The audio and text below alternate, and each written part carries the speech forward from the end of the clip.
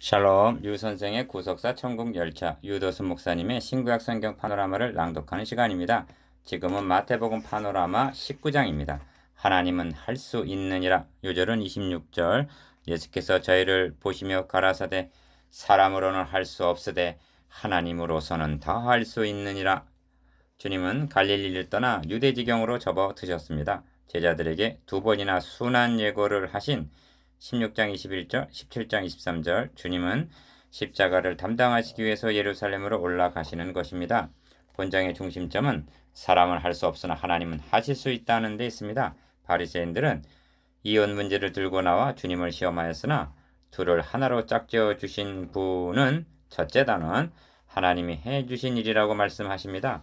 부자 청년이 내가 무엇을 해야 영생을 얻을 수 있느냐, 내게 무엇이 부족하냐 하고 묻자 둘째 단은 인간의 노력으로 천국에 들어간다는 것은 나귀가 바늘귀로 들어가는 것보다 어렵다고 그 불가능성을 말씀하십니다.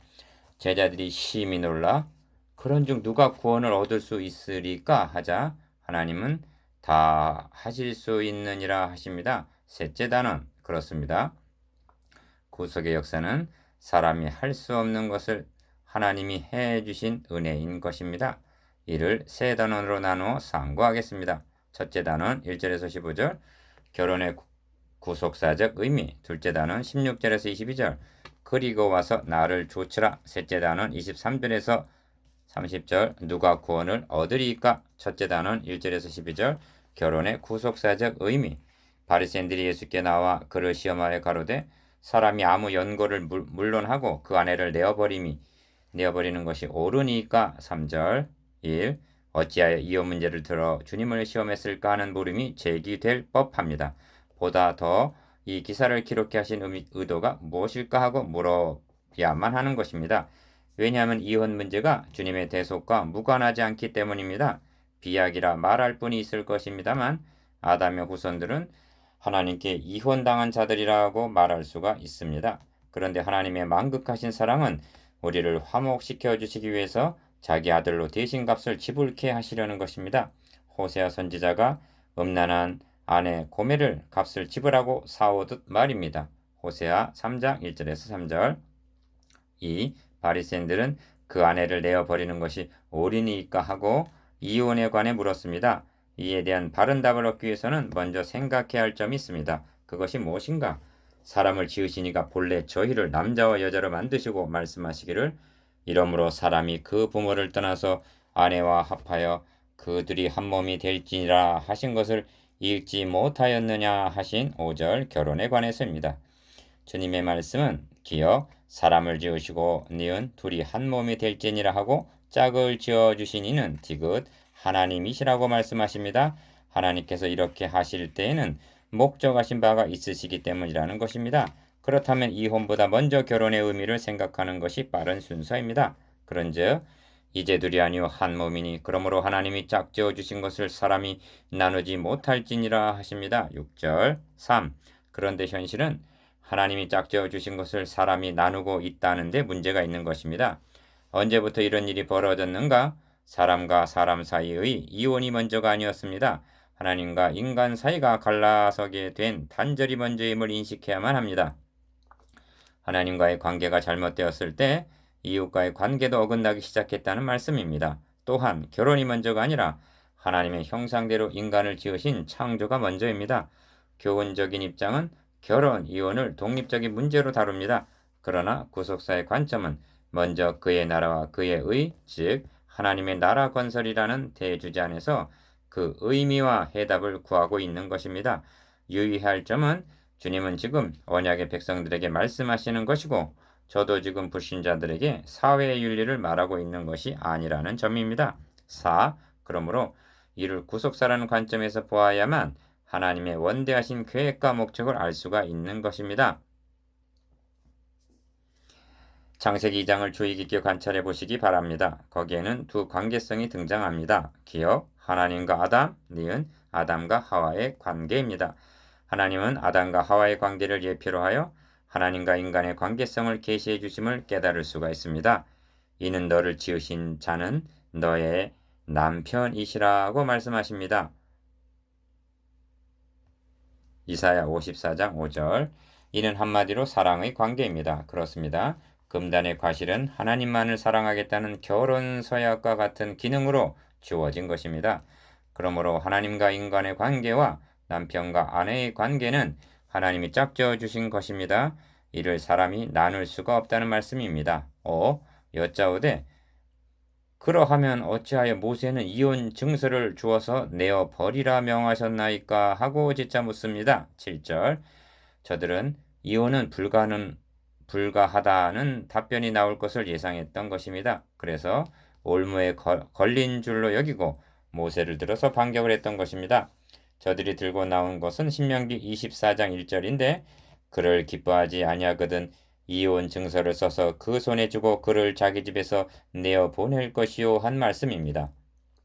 이 말씀을 음미해 보면 이는 결코 이혼을 권장하는 말씀이 아니라 가능한 한 막아보려는 장치임을 알아야만 합니다. 그냥 내어 보내라 한 것이 아니라 이혼 증서를 써서 그 손에 주고 내어 보내라는 말이 이를 뒷받침해 줍니다. 그래서 주님은 너희 마음의 완악함을 인하여 아내 내어버림을 허락하였거니와 본래는 그렇지 아니하리라 하십니다. 8절. 완악이란 고집이 세고 악함을 뜻합니다. 그래서 허용하신 것뿐이라는 것입니다. 다시 상기시켜 드립니다만 율법을 가리켜 몽학선생 즉 유치원 어린 이를 데리고 가는 가정교사라고 말씀했는데 율법은 어린아이에게 주어진 법임을 유념해야만 합니다. 두 번 언급되어 있는 본래에 주목하시기를 바랍니다. 본래 4절. 남자와 여자로 만드셔서 짝지어 주셨고 그 관계성을 파괴하는 이유는 본래는 그렇지 아니하니 8절 하시는 것입니다. 본래는 그렇지 아니하다. 1. 그런데 주님은 조건부적인 말씀을 하십니다. 내가 너에게 말하노니 누구든지 음행한 영고 외에 아내를 내어버리고 다른 데 장가드는 자는 간음함이니라. 9절. 이 말씀은 음행을 이혼의 조건으로 인정을 하는 말씀입니다. 왜 그렇습니까? 간음이란 다른 남자, 다른 신을 좇은 언약을 파기한 행위이기 때문입니다. 그렇습니다. 아담 하와가 금단의 실과를 범했다는 것은 하나님과의 언약을 파기한 즉 음행과 같았던 것입니다. 그 결과는 추방 곧 이혼을 당한 것입니다. 우리는 새 언약하에 있습니다. 그러므로 좀 더 나아가야만 합니다. 하나님이 짝지어 주신 것이라고 말씀했는데 짝을 지어 주신 방법에 비밀이 있기 때문입니다. 하나님이 아담을 깊이 잠들게 하시고 갈빗대 하나를 취하여 여자를 만드셔서 짝지어 주셨다고 말씀합니다. 어찌하여 이처럼 기이한 방법으로 해 주신 것일까요? 그렇게 해 주신 의도를 아담의 입을 통해서 들을 수가 있는데 아담이 가로되 이는 내 뼈 중에 뼈요 살 중에 살이라 하고 말합니다. 창세기 2장 23절. 즉 하와가 자신의 분신, 다시 말하면 자신의 몸이라는 뜻입니다. 이 신비가 그리스도와 교회의 관계에서 밝히 드러납니다. 즉 그리스도는 머리요 교회는 그의 몸이라는 연합교리의 신비를 계시해 주시기 위해서 이처럼 신비한 방법을 택하셨던 것입니다. 이를 알았기에 바울은 이러므로 사람이 부모를 떠나 그 아내와 합하여 그 둘이 한 육체가 될지니 이 비밀이 크도다. 내가 그리스도와 교회에 대하여 말하노라 하고 에베소서 5장 31절에 32절 말하는 것입니다. 3. 그렇습니다. 그리스도인 아내 된 자와 남편 된 자는 어떻게 해야만 합니까? 아내들이여 자기 남편에게 복종하기를 주께 하듯 하라. 남편들이여 아내 사랑하기를 그리스도께서 교회를 사랑하시고 위하여 자신을 주신과 같이 하라. 에베소서 5장 22절 25절. 아내와 남편의 권면에 다 그리스도가 결부되어 있음을 주목하시기 바랍니다. 아내가 남편에게 하기를 주님께 하듯 하고 남편이 아내 사랑하기를 주님이 교회를 사랑하심 같이 하라고 말씀합니다. 이렇게 한다면 얼마나 아름답습니까? 그리스도인 가정에서는 이처럼 회복이 되어야만 하는 것입니다. 그런데 제자들이 가로되 만일 사람이 아내에게 이같이 할진대 장가들지 않는 것이 좋삼나이다 하고 말하다니 10절 얼마나 자기중심적입니까? 이 말을 받아서 하신 말씀 중 천국을 위하여 스스로 된 고자도 있도다 한 12절 하반절 그러한 말씀은 타고난 자라야 할 수 있는 것입니다. 그런 사람이 바울이었습니다. 4. 자 이제 생각해 보아야만 하겠습니다. 주님께서 하나님이 짝지어 주신 것을 사람이 나누지 못할지니라 하신 말씀이 어떻게 우리에게 적용이 되는지 아셨습니까? 물론 그리스도인들은 이혼을 해서는 아니 됩니다. 왜냐하면 그것은 하나님께서 짝지어 주신 것을 파괴하는 것이요. 나아가 이혼은 하나님의 나라 건설에 역행하는 파괴 행위이기 때문입니다. 그런데 여기서 머물 것이 아니라 하나님께서 우리들을 그리스도와 짝지어 주셨다는 데까지 나아가야만 합니다. 이를 사람이 나눌 수가 있습니까? 성경은 말씀합니다. 누가 우리를 그리스도의 사랑에서 끊으리요? 환난이나 곤고나 핍박이나 기근이나 적신이나 위험이나 칼이랴. 로마서 8장 35절. 그 무엇으로도 나눌 수가 없습니다. 하나님이 짝지어 주신 것을 사람이 나누지 못할지니라 하고 말씀하심을 인하여 찬양하십시다. 어린아이를 축복하심. 1. 이혼 문제에 이어서 어린아이가 등장합니다. 이혼하게 되면 가장 비참해지는 것은 자식들입니다. 때에 사람들이 예수의 안수하고 기도하심을 바라고 어린아이를 데리고 오매 13절 상반절 얼마나 행복한 모습입니까? 주님의 마음은 기쁘셨으리라 여겨집니다. 왜냐하면 거룩한 척, 잘난 척 하는 지도자들은 주님을 배척하는데 어린아이들은 오고 있기 때문입니다. 그런데 제자들이 꾸짖건을 합니다. 13절 하반절. 제자들이 꾸짖은 것은 첫째는 아이들을 무시했기 때문이요. 둘째는 주님에 대한 배려에서였을 것입니다. 2. 예수께서 가라사대 어린아이들을 용납하고 내게 오는 것을 금하지 말라. 천국이 이런 자의 것이니라 하십니다. 14절. 마가복음에 의하면 분이 여겨 이르시되 어린아이들의 내게 오는 것을 용납하고 금하지 말라 하셨다는 것입니다. 마가복음 10장 14절. 3. 어른만이 아니라 어린이들도 주님께 나와야만 합니다. 그런데 오늘날도 그 많은 제자들이 있는 것입니다. 첫째는 어린이를 하찮게 여기는 풍조입니다. 둘째는 그들에게 복음을 전해주지 않는 일입니다. 성경을 위인전기처럼 만들어버립니다. 그리하여 주님을 만나러 나왔던 어린이들이 그리스도를 만나지를 못하고 노아나 다윗만을 만나고 돌아가게 합니다. 이렇게 한다면 이는 주님께 나오는 어린이들을 만나지 못하도록 금하는 행위입니다. 주님은 분이 여기실 것입니다. 둘째 단은 16절에서 22절. 그리고 와서 나를 조치라.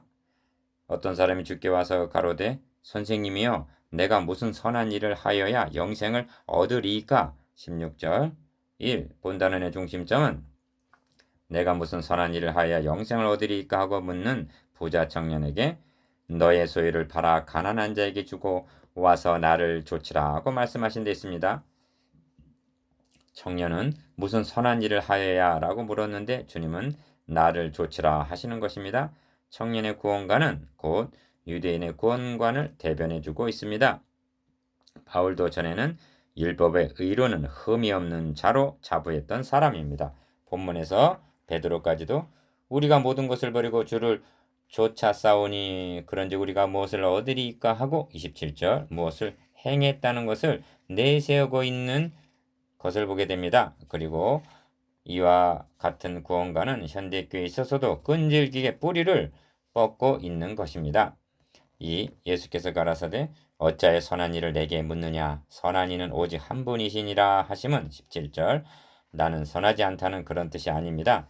이는 청년의 구원관 즉 선행을 해야 구원을 얻는 양 믿고 있는 그에게 인간의 행위로는 구원에 이룰 수 없음을 일깨우기 위해서 하신 말씀입니다. 또한 너가 생명에 들어가려면 계명들을 지키라 하신 것도 17절 계명을 지켜야 영생을 얻는다는 뜻에서 하신 말씀이 아니라 너는 선한 일을 행함으로 영생을 얻는 줄로 알고 있는데 그렇다면 계명을 지킬 일이지 왜 나를 찾아왔느냐 하는 뜻입니다.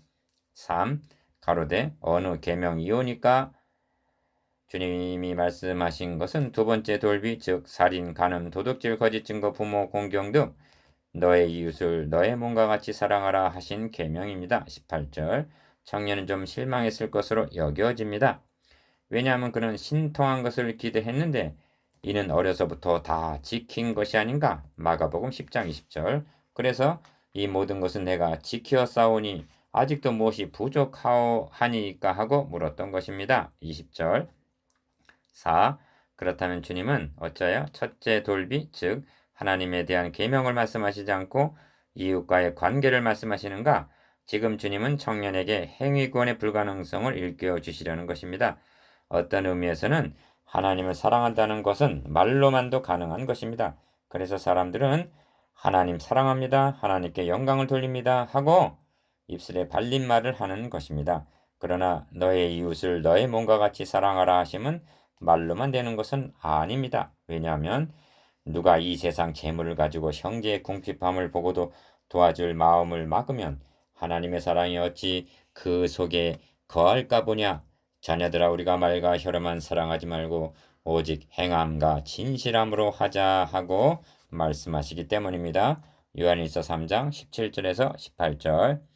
그러므로 누구든지 하나님을 사랑하노라 하고 그 형제를 미워하면 이는 거짓말하는 자니 보는 바 그 형제를 사랑치 아니하는 자가 보지 못하는 바 하나님을 사랑할 수가 없느니라. 우리가 이 계명을 주께 받았나니 하나님을 사랑하는 자는 또한 그 형제를 사랑할지니라 하십니다. 요한일서 4장 20절에서 21절. 그러므로 주님이 열거하신 마지막 계명은 너의 이웃을 너의 몸과 같이 사랑하라는 19절 하반절 말씀이었던 것입니다. 그런데 청년은 내가 다 지켰나이다 하고 말하는 것이 아닌가? 주님은 그런 대답이 나올 것을 아셨습니다. 왜냐하면 바리새인들이 다 그렇게 여기고 있기 때문입니다. 그래서 너가 온전하고자 할진대 가서 너의 소유를 팔아 가난한 자들을 주라. 21절 상반절라고 하신 것입니다. 이런 뜻입니다. 너는 다 지켰다고 했는데 그렇다면 그 증거를 보여보라. 이제까지 당당하고 자신만만하던 그 청년이 재물이 많음으로 이 말씀을 듣고 근심하며 가니라 합니다. 22절. 그가 어려서부터 다 지켰나이다 한 것이 거짓말임이 드러난 것입니다. 그렇다면 왜 근심했을까? 죄인임을 깨달았으나 결단할 용기가 없었기 때문입니다. 이런 결단력이 없기는 우리들도 마찬가지입니다. 그렇다면 6. 이 점에서 두 가지를 조심해야만 합니다. 첫째는 기억, 영생은 소유를 팔아 가난한 자에게 줌으로 주어지는 것이 아니라는 점입니다. 주님은 그렇게 하면 영생을 얻으리라 말씀하고 있지 않습니다. 그리고 와서 나를 조치라. 21절 하반절. 청년의 질문에 대한 답변이 여기에 있는 것입니다. 둘째는 니은 그리스도인들은 소유를 다 팔아서 가난한 자들에게 주어야 하는가 하는 문제입니다.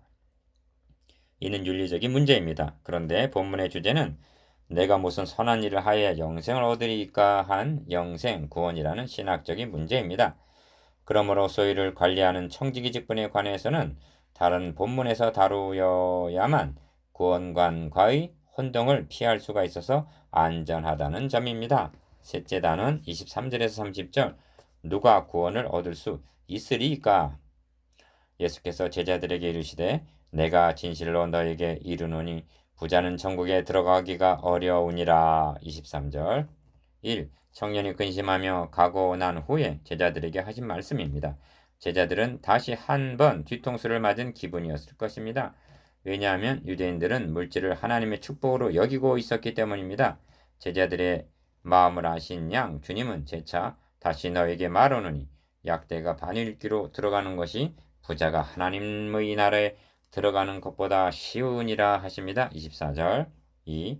제자들이 듣고 심히 놀라 가로되 그런즉 누가 구원을 얻을 수 있으리까 하고 25절 놀라움을 표시합니다. 예수께서 저희를 보시며 가라사대 사람으로는 할 수 없으되 하나님으로서는 다 하실 수 있느니라 하십니다. 26절. 청년은 영생을 얻으리까 하고 물었고 제자들도 누가 구원을 얻을 수 있으리까 했습니다. 그런데 주님의 답변은 사람으로는 할 수 없으되 하나님으로서는 다 하실 수가 있느니라 하십니다. 26절. 이것이 해답입니다. 그러면 어떻게 하시는가? 주님은 다음 장에서 인자가 온 것은 자기 목숨을 많은 사람의 대속물로 주려 함이니라 하고 20장 28절 하나님이 하시는 방법을 말씀하십니다. 3. 성경은 말씀합니다. 율법이 육신으로 말미암아 연약하여 할 수 없는 그것을 합니다. 율법이 할 수 없는 것이 있다는 것입니다. 그것은 영생 구원을 주는 일, 즉 의롭다함을 얻게 못합니다. 그것이 율법의 책임이 아니라 율법의 연약으로 말미암아 율법을 행할 수 없는 우리에게 있다는 것입니다. 그것을 하나님은 하시나니 어떻게 해주셨는가? 곧 죄를 인하여 자기 아들을 죄 있는 육신의 모양으로 보내사 육신의 죄를 정하사. 로마서 8장 3절. 해주셨다고 말씀합니다. 이것이 사람으로는 할 수 없으되 하나님으로서는 다 할 수 있느니라의 뜻입니다. 4. 그러므로 주님이 말씀하신 부자를 물질로 국한시켜서는 아니 됩니다. 왜냐하면 이 말씀은 우리를 심령이 가난한 자는 복이 있나니 천국이 저희 것이미요 하신 5장 3절의 팔복의 사람으로 인도해주고 있기 때문입니다. 심령의 가난함을 깨닫지 못하고 그리하여 애통, 온유, 의에 주리고 목마름을 모르는 사람은 그가 누구이든지 하나님 앞에서는 부자인 셈입니다. 그렇다면 그가 하나님의 나라에 들어가는 것은 약대가 바늘기로 들어가는 것보다 어려운 것이 됩니다. 그러므로 내게 있는 무엇이 주님을 좇는 데 방해가 되는가를 점검해 볼 필요가 있습니다. 바울은 그러나 무엇이든지 내게 유익하던 것을 내가 그리스도를 위하여 다 해로 여길 뿐더러 또한 모든 것을 해로 여김은 하고 말씀하는 것을 보게 됩니다. 빌립보 3장 7절에서 8절.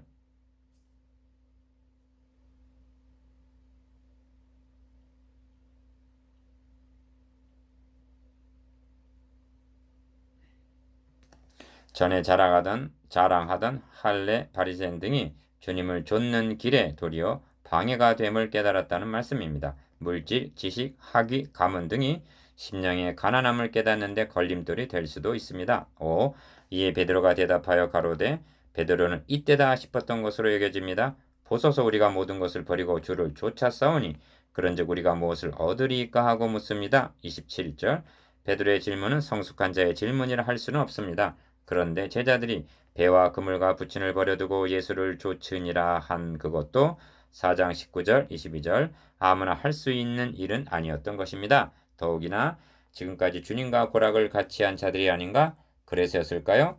주님은 그에 대한 대답을 다음 장의 포도원 품꾼 비유로 미루신 채 내가 진실로 너희에게 이르노니 세상이 새롭게 되어 인자가 자기 영광의 보좌에 앉을 때 나를 좇는 너희도 12보좌에 앉아 이스라엘 12지파를 심판하리라 하고 28절 영광에 참여하게 될 것을 말씀하십니다.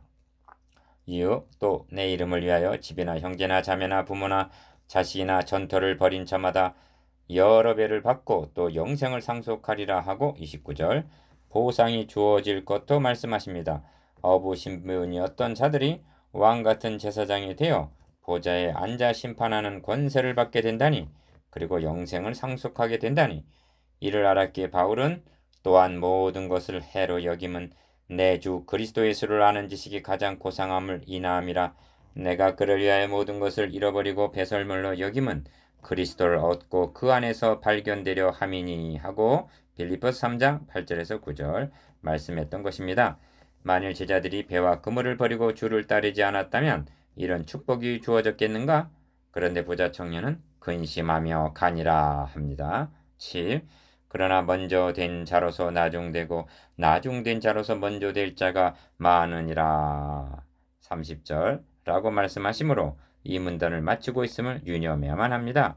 왜냐하면 이 말씀은 포도원 품꾼 비유의 결론으로 이어지고 있기 때문입니다. 20장 16절 이렇게 말씀하시는 의도는 영생의 소유를 팔아 가난한 자들에게 줌으로써 얻을 수 있는 것도 아니요 모든 것을 버렸기 때문도 아님을 경계하시는 말씀입니다. 만일 먼저 되었다는 것을 자랑이나 공로로 여기게 되면 이처럼 역전이 되는 일이 벌어지리라는 경고입니다. 이 점을 다음 장에서 보게 될 것입니다.